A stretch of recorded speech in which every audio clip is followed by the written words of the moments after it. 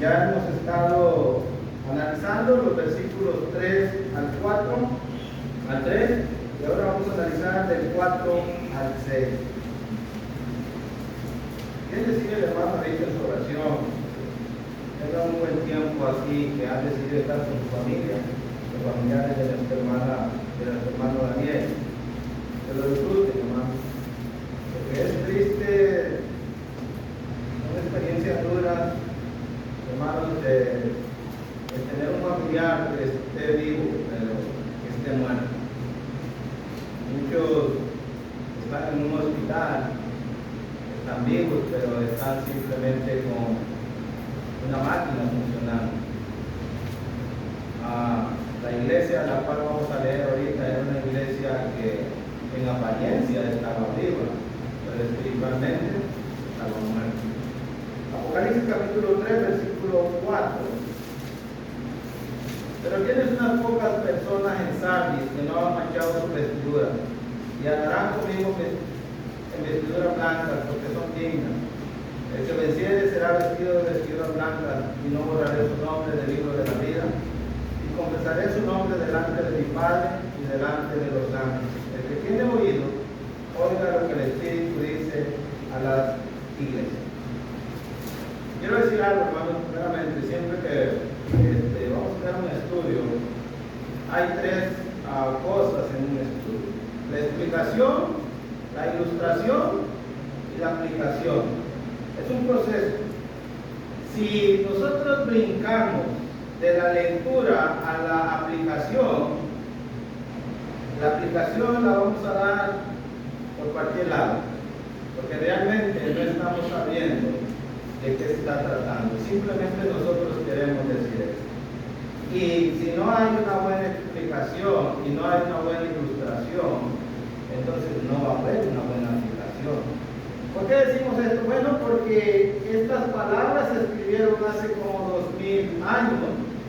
Se escribieron para otras personas, con otras condiciones, en otras situaciones, con otras culturas, con otro lenguaje. Y nosotros tenemos, hermanos, la necesidad y el deber de estudiar lo que realmente dice la Biblia para poderlo entender. Primero, decíamos que esta carta, ¿a quién fue escrita? Según el versículo 1, ¿a quién fue escrita? Vamos a ir al original. ¿A quién se le escribieron? A la iglesia de Cristo que estaba en Sardis, miles de kilómetros de aquí. Otras costumbres, otra situación, otras épocas, hermanos. No estaba como ahorita. Entonces, le escriben a la iglesia en Sardis, a la congregación de la iglesia del Señor que estaba en Sardis. Y también dijimos cuál era la condición de la iglesia, según el versículo 1, donde dice: yo conozco tus obras, de que tienes nombre, de que vives y estás muerto. Una congregación, una iglesia, una congregación que vivía de la apariencia, aparentaba nada más, era algo superficial, era algo que nada más era por encimita. Aparentemente, a la vista de la gente, a la vista de los demás, a la vista de las demás congregaciones, Sardis tal vez pudo haber sido una iglesia que se pensaba que era la mejor, pero a la vista de Dios, en el capítulo 2 y el versículo 23, note lo que dice: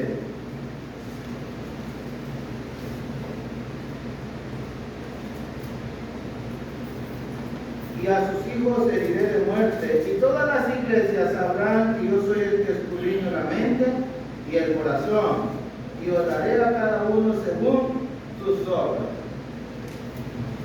Una cosa, hermanos, es la reputación que tenga de la gente, que no estamos diciendo que sea mala, pero puede haber una buena reputación de la gente y hasta uno mismo considerarse que está vivo espiritualmente, en este caso la iglesia en Sardis, pero ¿qué hay de la opinión de Dios?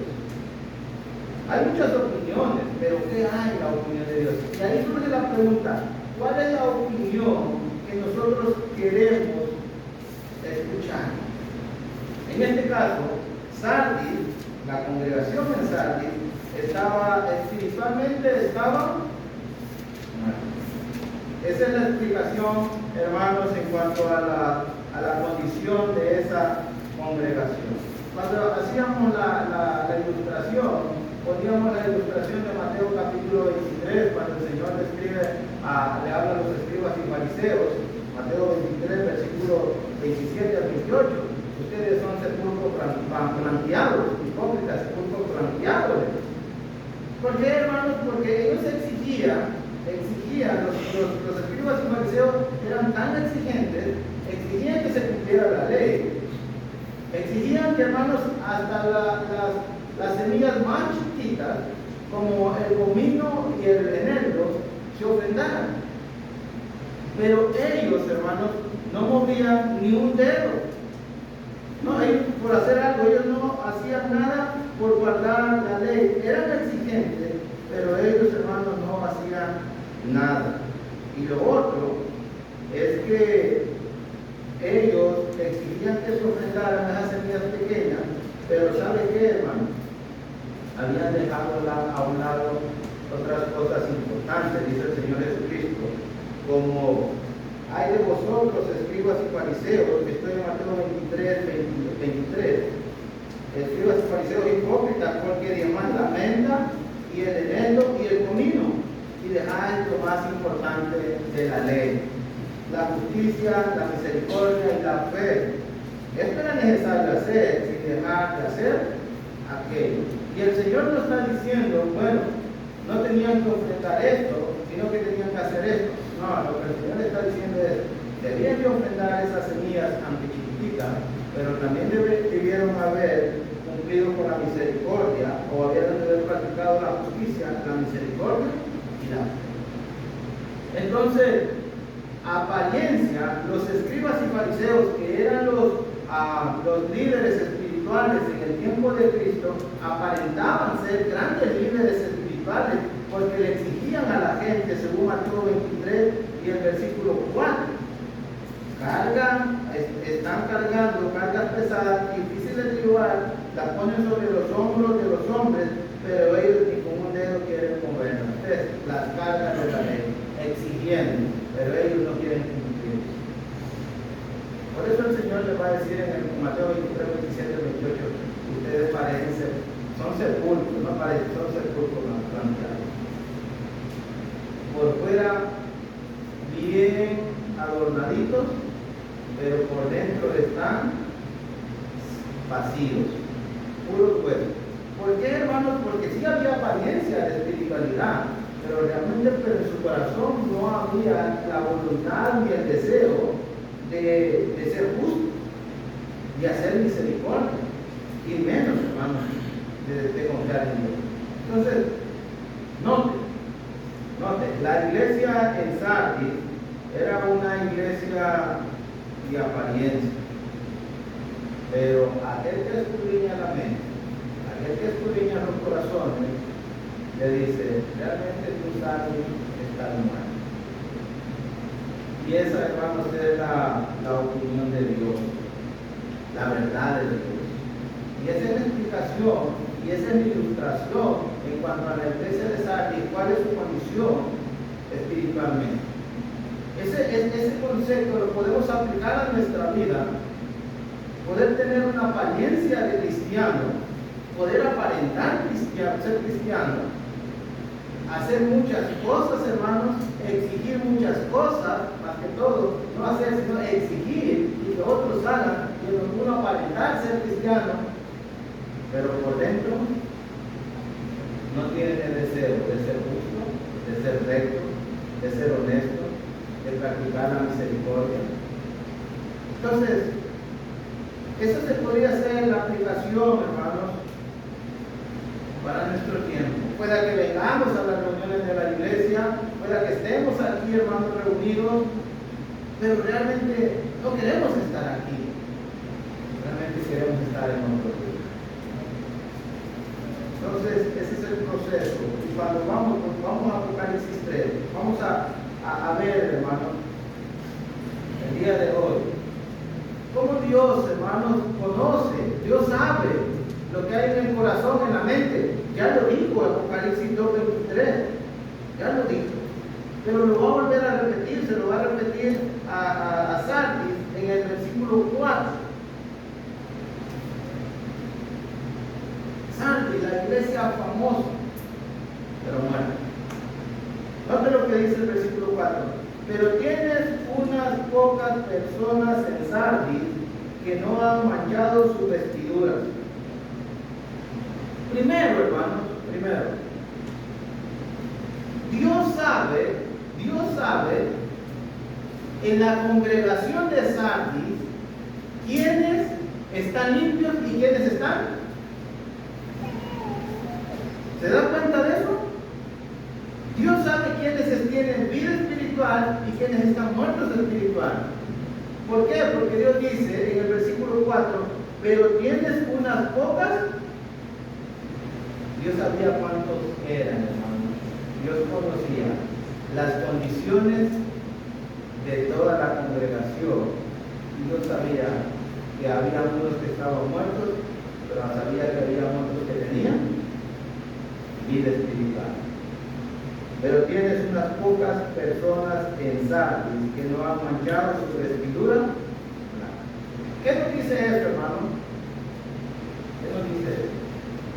Vestiduras blancas, hermanos, tiene que ver, simboliza, hermanos, la santidad, la fidelidad a Dios, el temor a Dios, la piedad a Dios, la justicia. Entonces, ¿qué es lo que el Señor está diciendo cuando dice, pero tienes unas pocas personas en Sardis? Quiere decir primeramente que Él conoce en cada congregación cuál es la condición espiritual, moral, sentimental de cada cristiano. Aparentemente, Sardis puede tener fama de ser una gran congregación, pero delante de los ojos de Dios no es así. Pero sí hay unos pocos en Sardis, unos pocos, que no han manchado su vestidura blanca. ¿Y qué significa esos pocos, hermanos? ¿Qué significa? Significa entonces que a pesar de que en Sardis la mayoría aparentan ser cristianos, hay un grupo pequeño que sí son fieles a Dios. Hay unas pocas personas en Sardis que son fieles a Dios, que mantienen su vestidura blanca a Dios. Quiere decir entonces, ¿cómo es eso, hermano?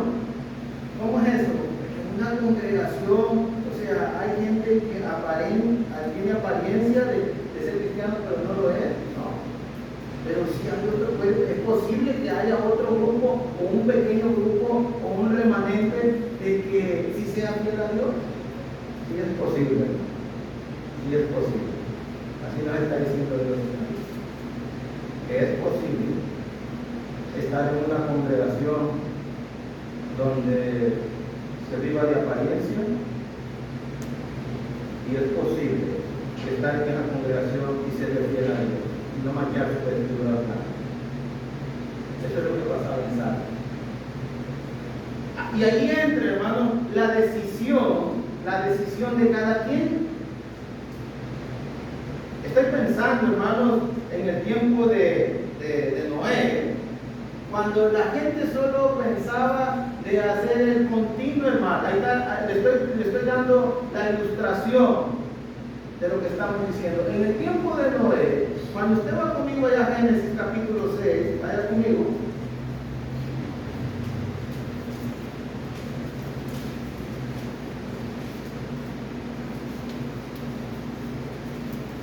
Capítulo 6, versículo 5.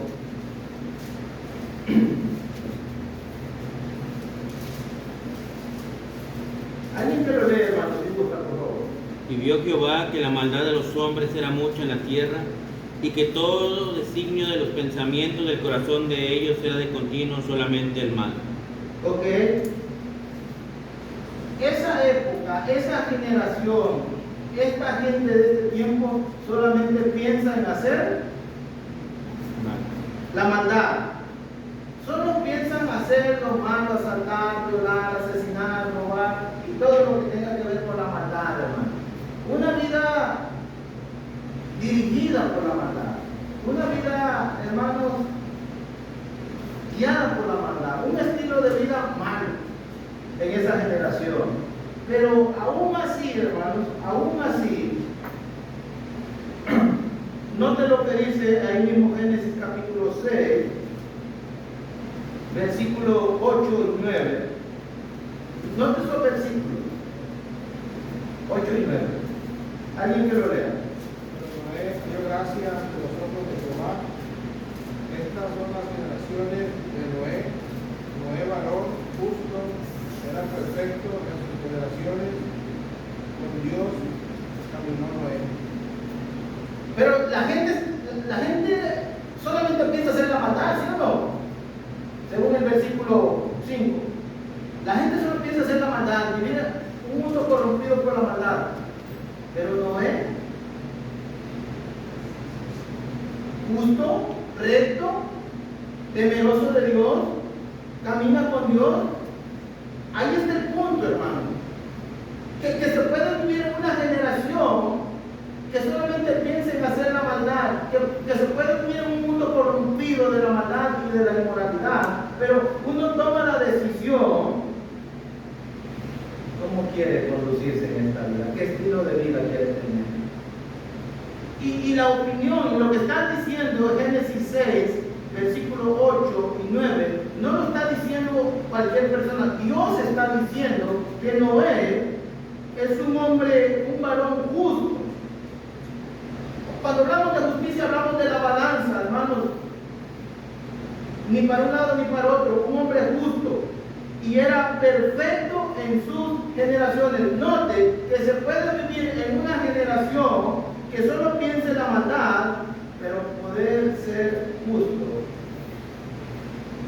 y vivir en una perfecta comunión con Dios.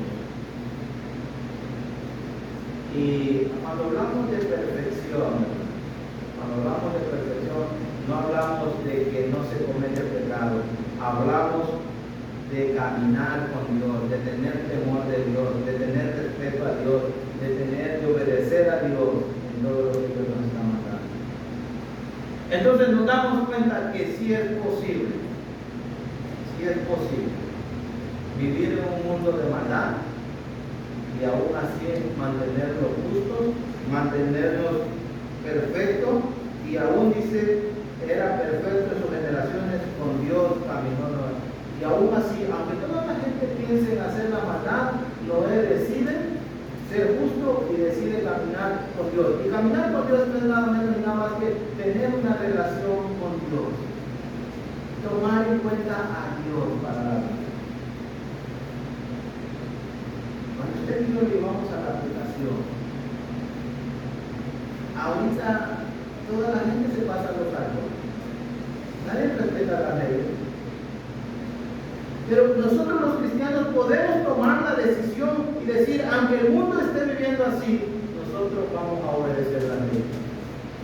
Vamos a respetar. Bueno, pero es que aún todos los hermanos en la iglesia, los hermanos, la mayoría, nadie respeta. Pero yo puedo tomar la decisión y decir, yo voy a respetar.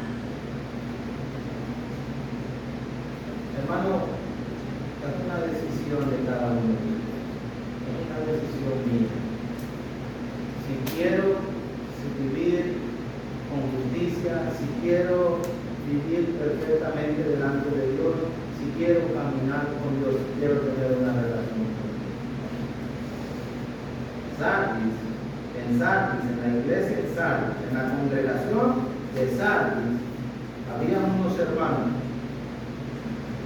que nadie los estaba obligando, hermanos, a que fueran santos. Los estaban obligando, los estaban presionando a que dejaran su fidelidad a Dios.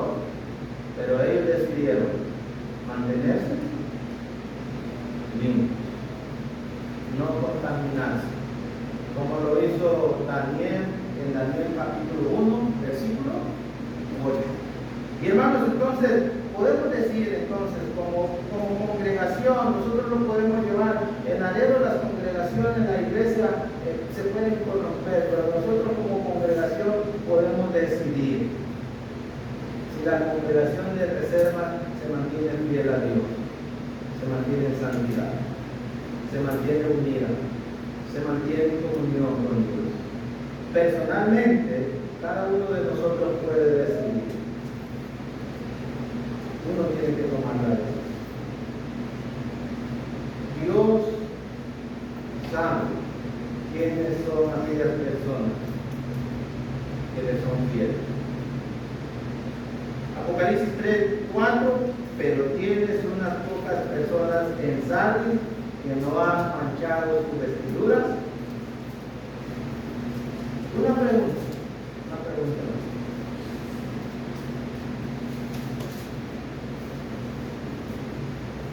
Las vestiduras que se refiere no está hablando de ropa de esta, de tela. Está refiriendo a su vida espiritual y su vida moral. Yo les pregunto, ¿cómo están nuestras vestiduras? ¿Cómo está nuestra relación con Dios? ¿Cómo estamos espiritualmente? Cuando volteamos a ver para adentro, cuando nos damos cuenta que al fin y al cabo Dios ya lo sabe, ¿cómo está nuestra condición? Tanto para nosotros los cristianos, como para ustedes, amigos que nos visitan. ¿Cómo está su condición con Dios? Dios ya lo sabe, pero la pregunta es para ustedes y para mí. ¿Cómo está nuestra vestidura? ¿Cómo está nuestra vida espiritual? ¿Cómo está nuestra vida moral? ¿Cómo están nuestros sentimientos? ¿Cómo están nuestras emociones? La iglesia en Sardis, había unas pocas personas que no habían manchado su vestidura. Y note, hermanos, y miren lo que dice el Señor. Vamos a Apocalipsis 3:4. No han manchado sus vestiduras. Y eso simplemente quiere decir que se han mantenido fieles a Dios, hermano. Se han mantenido fieles a Dios. Han guardado la palabra de Dios. Han guardado los mandamientos de Dios. Y dice, y andarán conmigo en vestiduras blancas, y dice la razón, ¿por qué? Porque son dignas. Y andarán, van a andar, una forma de vida, van a andar, un estilo de vida. Y como dice, y andarán conmigo, hablando Cristo, que van a andar con Él, que van a tener una relación con Él, en vestiduras blancas. Ahora sí, hermanos, hablando de una relación con Cristo, ya que Cristo también, hermanos, está vestido de blanco, según el capítulo 1, ahora estos que no han manchado su vestidura, andarán con Cristo con esas vestiduras blancas, y dice la razón, porque son dignos. Entonces, lo que Cristo está diciendo, hermanos, elogiando a estos hermanos, a estos cristianos que se habían mantenido fieles, que van a andar con vestidura blanca porque son dignos, se lo merecen, porque a pesar de la persecución, a pesar de la tribulación, a pesar de los momentos difíciles que están viviendo, se han mantenido fieles. Así es el Señor, premia a aquellos que les son fieles. Y a esto les dice que van a andar con Él, no han manchado su vestidura. Y hermanos, no se conformaron, no se rindieron ante la presión que exigía el Imperio Romano de adorar a Domiciano una vez al año. No se rindieron, hermanos, ante la adversidad, ante la tentación, aunque estaban viendo el gran peligro, no se rindieron. Y al andar con Cristo, hermano, señal de salvación. Andarán conmigo, con el Espíritu Santo, porque se lo merece. Y vienen las promesas, las bendiciones. A los que les dijo que estaban muertos, ya les dijo lo que tenían que hacer, les dijo que tenían que acordarse de lo que habían recibido y oído. Esa es la solución para su problema y que tenían que, hermanos, arrepentirse, cambiar de idea. Pero ahora viene, hermanos, la bendición para los que se han mantenido fieles. En el versículo 5, el que venciere será vestido de vestidura blanca, y no borraré su nombre del libro de la vida, y confesaré su nombre delante de mi Padre y delante de los ángeles. Una bendición triple para el vencedor, para el triunfador, para el victorioso, hermano. Entonces, será vestido con vestiduras blancas.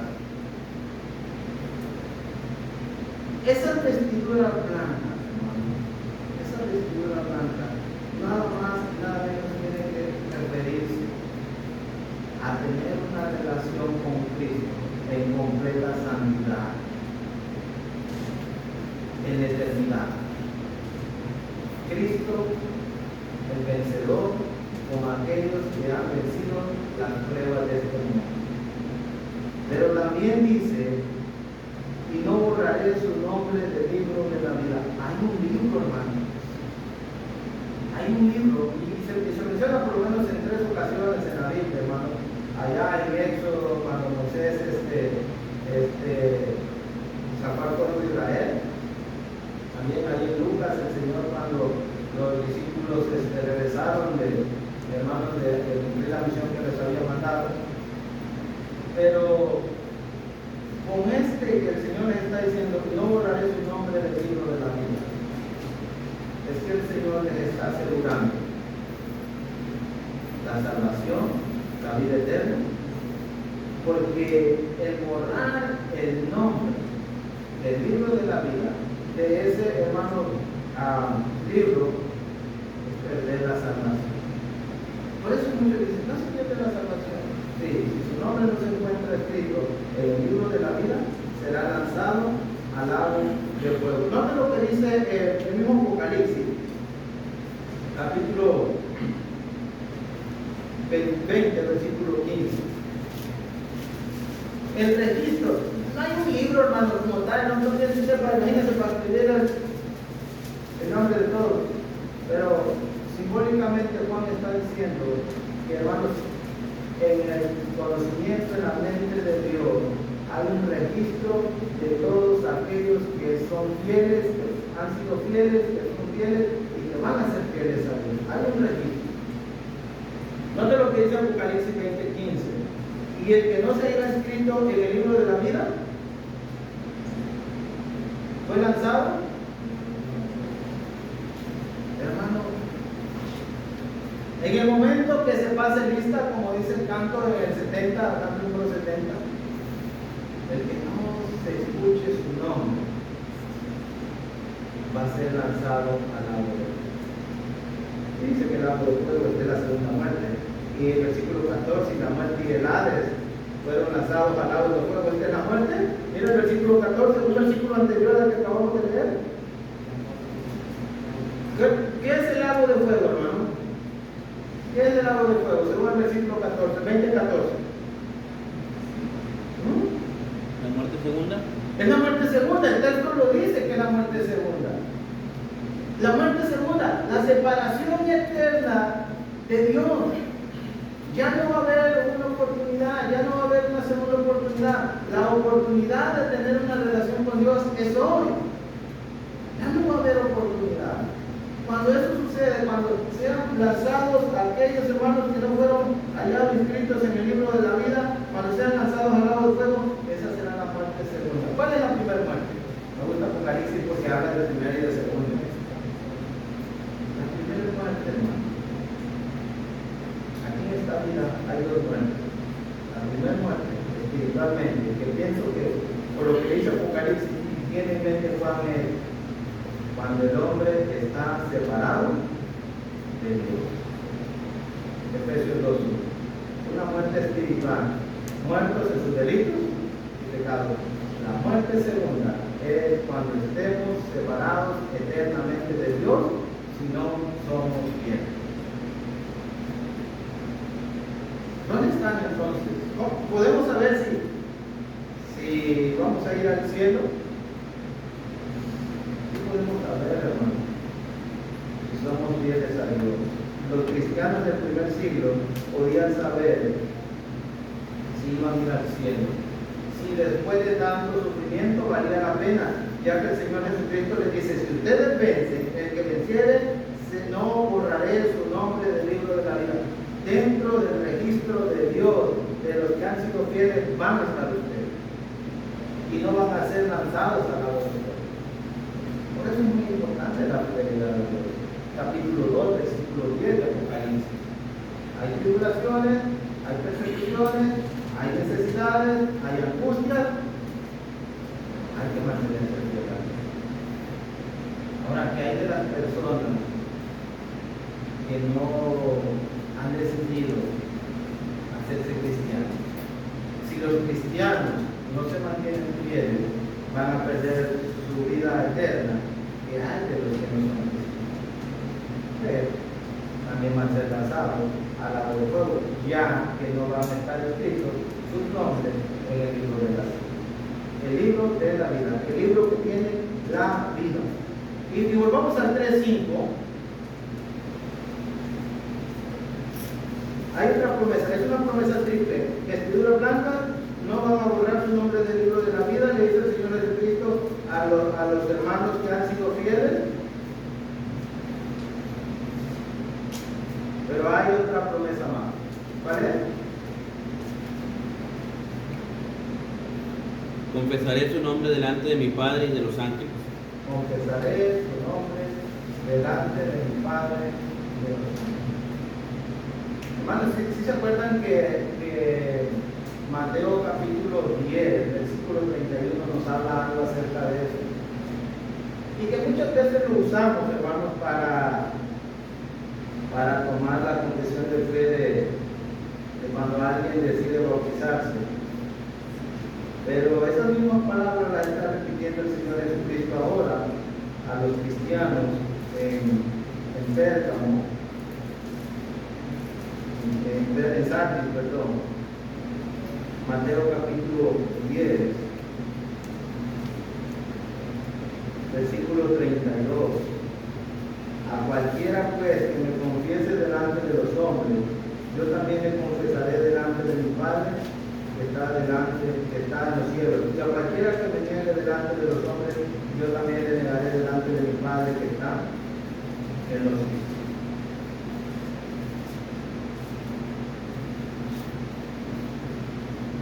Fidelidad, recompensar. Y delante, hermanos, cuando dice el Señor Jesucristo, cuando estemos delante de nuestro Padre, yo voy a confesar, yo voy a testificar, yo fielmente le voy a decir a mi Padre: estos no han manchado su vestidura, estos se han mantenido fieles a pesar de que han aguantado hambre, a pesar de que han sido tribulados, a pesar que han sido perseguidos, a pesar que han pasado momentos difíciles. Yo le voy a decir a mi Padre: estos que han sido fieles. Va a testificar delante de su Padre que estos cristianos han sido fieles. En otras palabras, Cristo va a reconocer a estos hombres que no han manchado su vestidura blanca, lo va a reconocer delante de su Padre y va a decir: estos son los fieles. Pero una promesa acondicional de un material. Hay que confesar,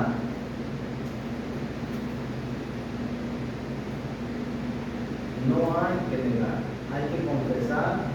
A cualquiera que me confiese delante de los hombres, yo lo voy a confesar delante de mi Padre. Cualquiera que me niegue delante de los hombres, yo lo voy a negar delante de mi Padre. Hermano, ser cristiano, a pesar de todo lo que venga.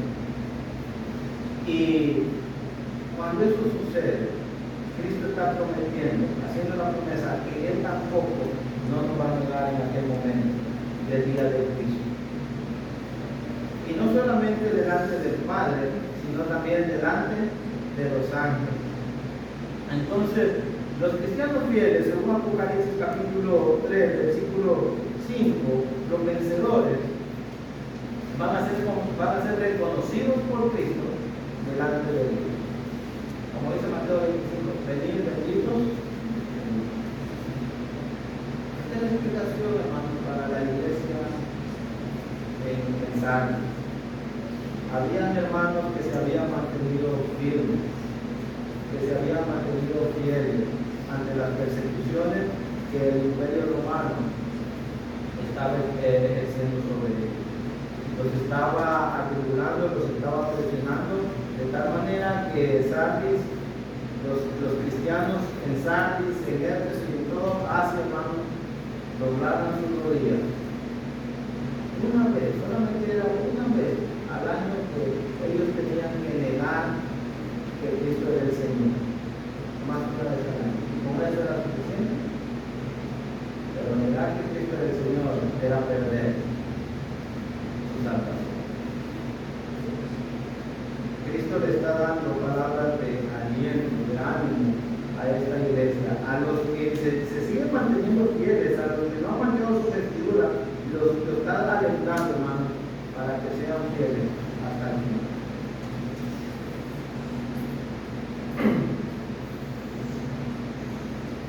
Esta es una promesa para los cristianos del primer siglo. Esta es una promesa para nosotros también. No es fácil, hermanos, vivir en un mundo corrupto. No es fácil vivir en un mundo donde vemos que todo el mundo hace lo malo, hace lo incorrecto, hace lo injusto, donde todo el mundo miente, donde se usa el refrán: el que no tranza, no avanza. Pero aún viviendo en ese mundo, aún siendo presionados a que el mundo nos está, hermanos, presionando a vivir como ellos, tenemos que mantenernos fieles al Señor. Fieles en lo que hemos creído. Y no solamente fieles en el sentido de estar viendo, fieles en guardar una vida de santidad, una vida moral delante de Dios. Que Dios nos está examinando y Dios sabe cuáles son nuestras condiciones espirituales y morales. Podríamos decir, hermano, cuáles son nuestras relaciones entre familia, entre hermanos, entre parientes. Si nos mantenemos fieles, ahí está la promesa de Dios. Ofrece estas tres promesas es la misma, hermano, simplemente presentada desde 3 puntos de vista. La vida eterna, de la que Apocalipsis habla en Apocalipsis 21, versículo 1 al versículo 8, la vida eterna, en una relación con Dios eternamente. Pero, se necesita vida eterna. Yo le hago una pregunta. ¿Las promesas que Cristo hace son para todos? ¿Las promesas que Cristo está haciendo son para todos? En un sentido, sí. Para todo el que quiera mantenerse bien. Pero no es para todos en el sentido de, bueno, ya soy cristiano y puedo vivir como quiera. No. Se necesita vivir en santidad, como estos que no mancharon su vestidura y les hacen esta promesa. Versículo 6, con eso terminamos.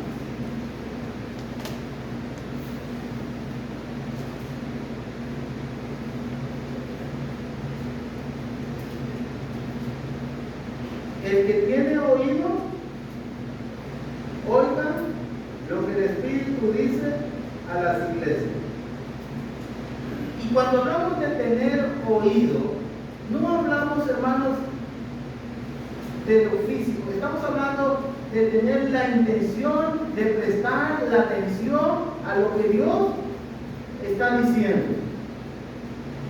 El que tiene oído y oiga lo que el Espíritu. ¿Quién está hablando, hermano? Dios, el Espíritu de Dios, el Espíritu Santo le está hablando a